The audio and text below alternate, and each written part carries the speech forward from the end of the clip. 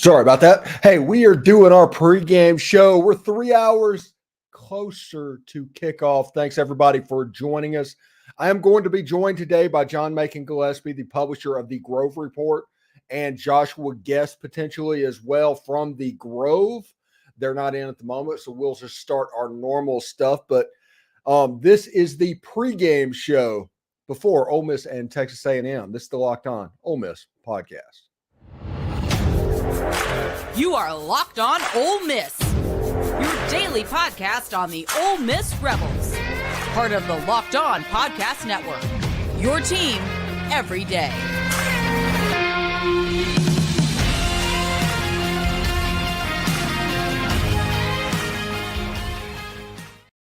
Huge, absolutely massive football game between the Ole Miss Rebels and the Texas A&M. Thanks for making the Locked On Ole Miss podcast your first listen every day. We're free and available wherever you get your podcast, including YouTube. We're part of the Locked On Podcast Network, your team every single day. Also today, the Rebels take on the Texas A&M Aggies at 11 a.m. Central Time. It's a chance to listen to David Kellum and the Rebels hometown crew as Ole Miss looks to continue their run. Catch every play of the Rebels home team broadcast with SiriusXM on channel 190 or on the SXM app. Search Ole Miss Rebels. Hello, I'm Stephen Willis, and this is the pregame live episode before the Ole Miss A&M game today. We're going to be joined by John Macon Gillespie, the publisher of the Grove Report, in just a second. But I do want to let you know that, hey, if you're still trying to get tickets into today's game, download the Gametime ticketing app, create an account, and use the code LOCKEDONCOLLEGE. LOCKEDONCOLLEGE for $20 off your first purchase. Anyway, we're going to bring John Macon in right now, and we're going to talk a little bit about, how this game is going to go. We've had storylines all week talking about A&M's front seven, but John, my thought is as good as Texas A&M's defensive line and how that defensive line is probably a little better than Ole Miss's defensive line, I think Ole Miss's offensive line is a little bit better than A&M's offensive line, which kind of makes that whole storyline a wash, does it not? Yeah, I mean, it can. I do think that the front sevens are kind of the key to the game. Who wins the battle at the line of scrimmage? That's kind of what I chose as the key to the game this week. Because obviously, I mean, Texas A&M's front seven is very good. And Ole Miss's offensive line has struggled at times. But I think it was you who said earlier this week that, Ole Miss's front seven is kind of quietly having a pretty good year as well. So, not getting the same amount of hype, obviously, but they're doing pretty well. So I can see that. But I do think that the battle in the trenches, so to speak, is going to be the key today.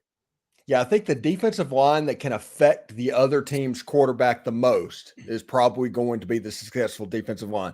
That was a little football 101 right there, So Ole Miss has 30 sacks on the year, and which is interesting to me because A&M only has 33. But when you look at Ole Miss's defensive line stats, they're fourth in the country in sacks, eighth in the country in tackles for loss. And if you look at A&M's won them both games, but only 3 more sacks. They have about 12 more tackles for loss. Now, interesting, while A&M has more sacks, Ole Miss actually has more sacks for more lost yardage than Texas A&M. But we digress about that.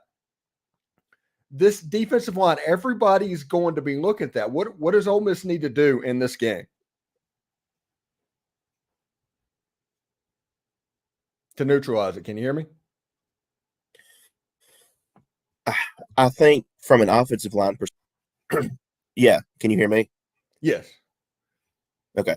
Yeah, I think from an offensive line perspective, I think it's going to come down to scheme for Ole Miss to be able to slow that down. That's going to be something in the plan that Lane Kiffin and Charlie Weiss Jr. are going to have to have put together. Because with this is probably the best front seven that Ole Miss has faced this season so far. And that offensive line, it struggled at times early in the season. So I do think that they'll be, I don't know if careful is the right word, but they will be intentional with trying to slow that down with some blocking schemes and stuff that they'll have going on up front. Yeah, and it should be pretty interesting. Now, One thing that I've talked about for a while is this is really the first game that Jackson Dart's legacy starts to get written at Ole Miss. This is a game that Jackson Dart absolutely must win. And if he wins next week, which we're not going to get too much on that because it's game day, but if Ole Miss wins today, the game against Georgia is going to be as big as the 1952 Maryland game was for Johnny Vaught. I mean, it's either that or the biggest game in school history. But to do that, you have to beat Texas A&M. So his legacy starts getting written today. What do you think? I think Jackson Dart's answered every question that has been asked of him since he's been at Ole Miss. Anytime we have a question about him doing something, Jackson Dart goes out and immediately corrects that. How do you think Jackson's going to prepare, knowing the brightest of bright college football spotlights is out there waiting? I think that he'll approach this game like he does pretty much every game. He seems to be very calm. Like you said, he's kind of answered the bell every time that we have asked him or asked of something. He's been there to answer the bell, and I don't think the moment's too big. I don't think that this week or next week, or the two combined, are too big a moment for him, because he's answered the bell. And I mean, these stats that you have on right here, they're, if people at the beginning of the season had said, hey, we need to see growth from Jackson Dart, this is growth from Jackson Dart. I mean, it's evident. The 14-4 touchdown to interception ratio is very good. And I think that if you had given that to Ole Miss fans at the beginning of the year, I think that they would have taken that in a heartbeat. Yeah, and just a little bit, whenever we come back from break, we're going to talk about the playoffs. We're going to talk about the playoff rankings and the 12-team type playoff deal that they came out with for next year, as if this playoff rankings was there. We're going to talk about that a little bit. Also, like I said earlier, if you want to listen to the Ole Miss game at SiriusXM 190, you listen to David Kellum on the SiriusXM broadcast if you do not have access to Super Talk. But right now, first, I do want to let you know about the Gametime ticketing app. With killer last-minute deals, all-in prices, and views from your seats, their best price guarantee, Gametime takes the guesswork out of buying tickets. They're easy to find and buy tickets for every type of event in your area, including a Texas A&M ball game that's 3 hours away.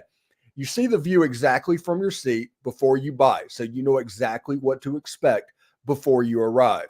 All-in prices show your total up front, so you're not getting surprised with hidden fees. Buy tickets in seconds with 2 taps. Click, click, you're done. Gametime has the tickets right up to the start of the event and even an hour after it starts. It is the place to go for last-minute tickets. Take the guesswork out of buying tickets with Gametime. Download the Gametime app, create an account, and use code LOCKEDONCollege for $20 off your first purchase. Again, terms apply. Create an account and redeem code LOCKEDONCOLLEGE for $20 off. Download the Gametime ticketing app today. Last minute deals, lowest price guaranteed. Also, college football season is here, and this season, Locked On is kicking up our coverage with Locked On College Football Kickoff. You saw that on yesterday's episode. There's still time to go back and catch the on-demand version on my YouTube channel. Live every Friday, Locked On will go live at 11 a.m. Eastern on every college football YouTube channel. College Football Kickoff Live will cover playoff implications and the conference rivalry games and go in depth like only Locked On can, including insight and analysis from our stable of Locked On College hosts, that's me, covering their team every day. Find Locked On College Football Kickoff Live every Friday at 11 a.m. Eastern on any Locked On College YouTube channel. You won't want to miss it. We're going to bring in Josh Guest in just a moment, and he is in the Grove. He does not have his earbuds, so if it's a little bit loud, it might be a short visit, but he is going to give us an idea of what the Grove looks like now. Let's bring him in real quick. Josh, can you hear us, bud? Okay, there we go. We're off to a roaring start. Okay. So the internet connection in the Grove is obviously not what it needs to be at the moment. We will keep an eye on that. And if it gets fixed, we will go to Josh. Okay. The college football playoff rankings got released on Tuesday, and we did the Shark Tank Live that we normally do. And if you just bring these up, you have Ohio State getting number 1 and Kirby Smart getting the gift of gifts with Georgia being ranked 2. I feel sorry. Thoughts and prayers for Missouri today, honestly. And Alabama's up around 8. Ole Miss got their 10 spot. What are your thoughts on these rankings? Well, I thought it was obviously interesting in the world of Ole Miss that they, were able to get into the top 10, but Georgia at 2. I mean, that kind of like you said, thoughts and prayers to Missouri today. I mean, I feel like Georgia's going to let out some aggression today on the Tigers. And if that doesn't change before next week, Ole Miss is going to have to be ready for an angry Georgia team again. And looking at the rest of the pecking order, I mean, you've got Washington on the outside looking in. You've got Oregon there. Missouri coming in at 12. I mean, they've quietly had a good season so far this year that will probably get a sour note today against Georgia.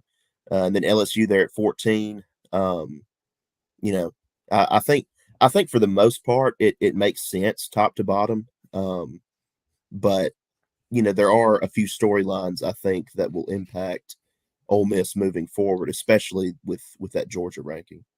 In a hilarious year where they talk about how the SEC is down, and you look at the teams that are going to be 2024 SEC teams, the SEC is 7 or 8 of the top 17 or something like that. Yeah. Texas at 7, you got Oklahoma at 9.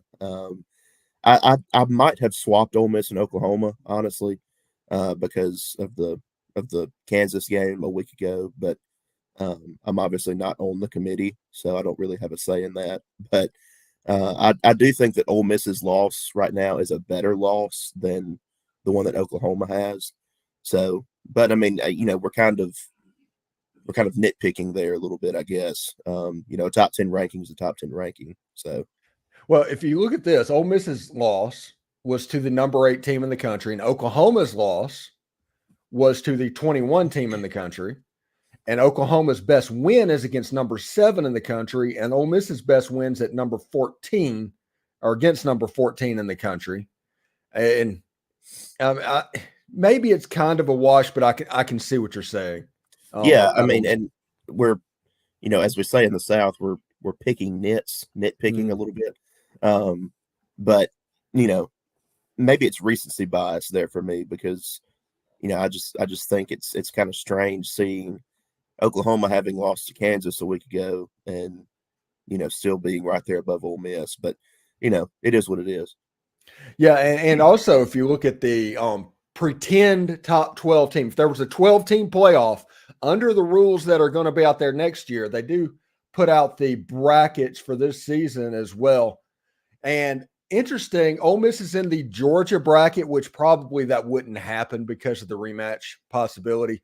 They're going to play with these numbers next year, so you wouldn't see Ole Miss rematching against Georgia or something like that in that bracket. It would be like Ole Miss in the Michigan bracket or Ole Miss in the Oregon bracket.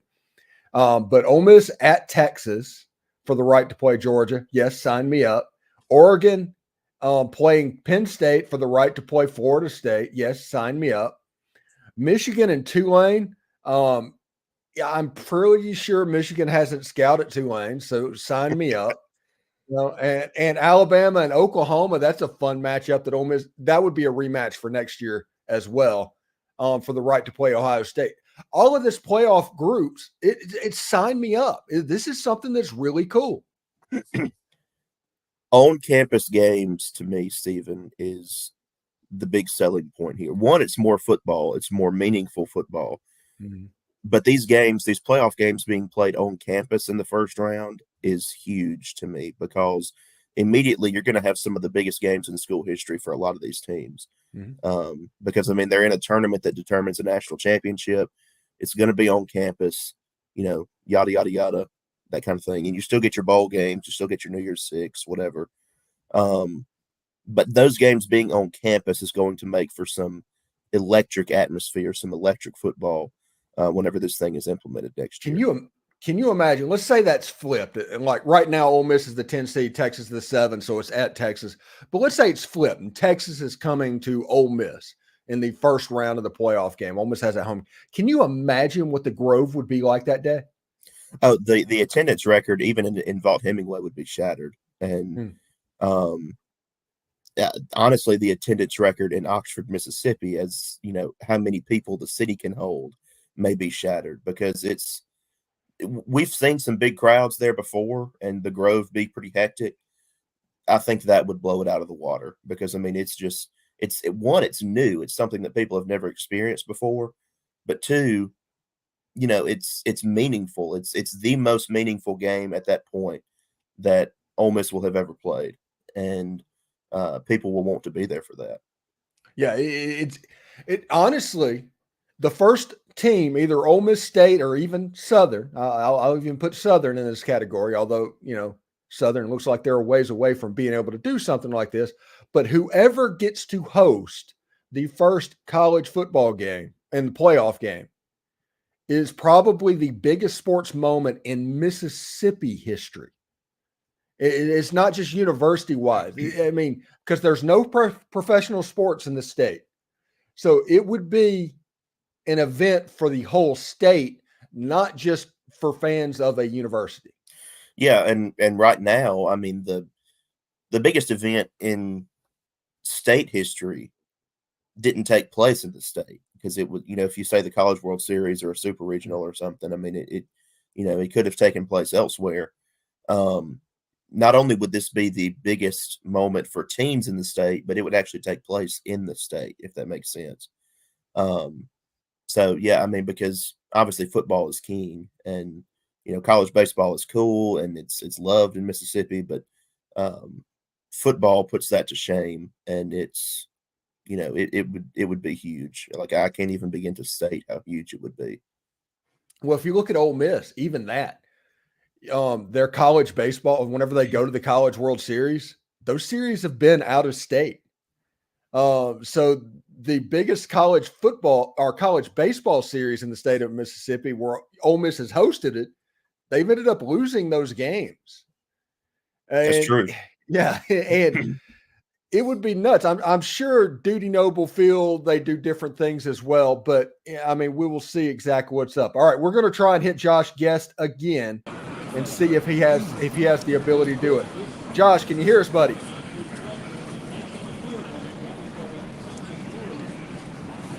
Can you hear me? I can hear you just fine. Can you hear me? Yeah, I think it's frozen still. Okay. Yeah. Those are all right. So you can hear me. Yeah, I can. That's awesome. All right, Josh. Thank you, buddy. All right. So Josh is cold, apparently, in the Grove. So understandable. Yeah. Yeah. So if you go to the stadium today, in just a second, take a coat. Although it's supposed to be like 71 and sunny during the game. It's supposed to be beautiful. Yeah. Around kickoff and after it will be in the 60s and 70s. But leading up to kickoff, it's going to be a little cold. We got the right time for an early kick, I guess, as far as weather is concerned. So, yeah, and as it gets a little bit cooler, it gets a little bit harder to throw the football. It feels a little bit differently, and this is a game that Jackson Dart needs to be on. Honestly, I think it was at Nippy last week against Vanderbilt. Yeah, with it being a late kick, yes. Yeah. So again, against this defense and against Georgia's defense, you want sunshine. You do. You do not want to play those games at night and make it harder to throw the football, because if you could become one-dimensional against those teams, it's just over. Yeah. There's not a whole lot you can do as well. All right. I do want to let everybody know that today's show is brought to you by Prize Picks. Prize Picks is the largest daily fantasy sports DFS platform in North America. They're the easiest and most exciting way to play DFS. It's just you versus the numbers. Instead of battling thousands of other players and excluding pros and sharks, you pick more or less than a 2 to 6 player stat projection and watch the winnings roll in. Prize Picks is the most fun I've had, winning up to 25 times my money this football season. And now I can play during basketball seasons too. Prize Picks even offers a reboot policy so that your entries stay in play even if one of your players get injured. For football and basketball games, if you have a player who exits the game in the first half and does not return in the second, that player is rebooted. Prize Picks is the only daily fantasy platform with injury insurance policy. So go to prizepicks.com/lockedon to get started. Oh, that tickle. I'm in the same boat, Stephen. I am sinus and all that stuff. My baby sister is sick and everything, but I'm pushing through and getting to Oxford today. But it's I think it's hitting all of us a little bit. Oh yeah, it's pretty good. And like I said, go to prizepicks.com/lockedoncollege, use promo code lockedoncollege for a first deposit match up to $100. Daily fantasy sports made easy. All right. Sorry, everybody. The Rebels play the Texas A&M Aggies Saturday at 11 a.m. Whether you're an A&M fan or an Ole Miss fan, you can hear your team's hometown broadcast. Catch every play on Sirius XM channel 190 for Ole Miss, or 207 for A&M on the SXM app, or search Ole Miss Rebels. The Locked On Ole Miss podcast is there as well. So let's talk keys to the game real quick before we get out of here today, and we're going to look at some comments as well. These are the ones that I came up there. Ole Miss has to earn the right to go after that secondary. I think that's going to be important through schematically. They need to protect up against that front seven and do the little things necessary that will allow them to throw the ball downfield, because Jalen Milroe picked on Texas A&M secondary, and I don't think that's something that should be discounted. Yeah, and I do think that you're right that you do have to kind of earn that right, because if you come out and it's kind of like you said earlier, if you're one-dimensional from the jump, you're in trouble. And that was actually one of my keys this week as well, that in order for Texas A&M to win, I think they have to make Ole Miss one-dimensional. So I do think that that's something that the run game providing some balance and allowing Jackson Dart to be able to pick on that secondary a little bit is a good one. Like I said earlier, the front seven that bothers the other team the most will win. So we've talked about that. But this is the other thing that I think we should do to help the offensive line. The Ole Miss offensive line is the third keys. Ole Miss needs to vary the tempo on offense to help the offensive line. I'm not talking about playing fast and tempo the way that we normally talk about it. I'm talking about tempo after the snap. Whether it's a one snap, a jet sweep, I know that's probably a dirty word to some people, the toss sweep to the running backs. Then you have the 3-step stuff that are like slants and pop passes and things like that. And then you have the 5-step stuff where you throw the ball actually downfield. It will be important for Ole Miss to not become a team that every time they get behind the chains, and the defense knows that Ole Miss is going to drop back to pass. They're going to hold the ball for 2.5 seconds from a similar spot. They just have to get to 2.5 seconds to get to this area. The defensive line is going to win more often than not. If Ole Miss gets into that, they're going to be in trouble. Yeah. It's not necessarily the pre-snap tempo that you're kind of referencing. It's more play style. And that makes sense. But anything you can do to keep that front seven off guard, or at least respect something, is a win. And so I fully agree there. All right, if we go into the chat section before we get out of here today, James York says the largest key is for Dart to show confidence and play calm. Yes, absolutely. Sean Nissen says if Ole Miss is in fact making a run for a spot at this college football playoff, they need to own the Aggies. Style matters this time of season. I don't necessarily agree with that. This week and next weekend, Ole Miss just needs to have one more point on the scoreboard than the opponent. Style points matter against ULM and Mississippi State. C. Rogers says, good morning, guys. And we got some Pascagoula, Mississippi from Jerry Moore, Jeffrey Rush's hometown. And let's see, he seems to be making better decisions this year. So, yeah, it's pretty good. The chat's kind of going. There's people that are waking up. Yeah, it's just from Pascagoula. And it's pretty nice to see people waking up at 8 o'clock in the morning Central Time, 9 Eastern, and talking Ole Miss Rebel football this early. J. Keith Garner says Ole Miss needs to win, period. Yes, 1 point. That's all that matters. Just give me 1 point and a W and get out of here. Now, this is something else I need to bring up as well. And this is important for all Ole Miss fans that are watching this. Because if Ole Miss wins this game today, which many people think they are, next week, I think this thing is actually working. And this is what I mean. After the Alabama game, the Friday before LSU, I watched Indiana Jones and the Dial of Destiny. Ole Miss beats LSU. So, okay, I'll watch it again the following Friday. And each and every Friday after the Alabama game, I've watched Indiana Jones and the Dial of Destiny. A, I just enjoy that movie. But B, like I said, I'm not superstitious, but I am kind of stitious. Mm-hmm. But against Georgia, I think we're all going to need some help. So I'm going to ask all Ole Miss fans, if Ole Miss wins this game against Texas A&M, to watch Indiana Jones and the Dial of Destiny on Friday. We need to amplify this good luck and get ready for what could happen that weekend. Everybody needs to Indiana Jones and the Dial of Destiny is a decent movie. It's probably the third or fourth best Indiana Jones movie. It's not Crystal Skull. It's probably better than Temple of Doom, if we're being honest about it.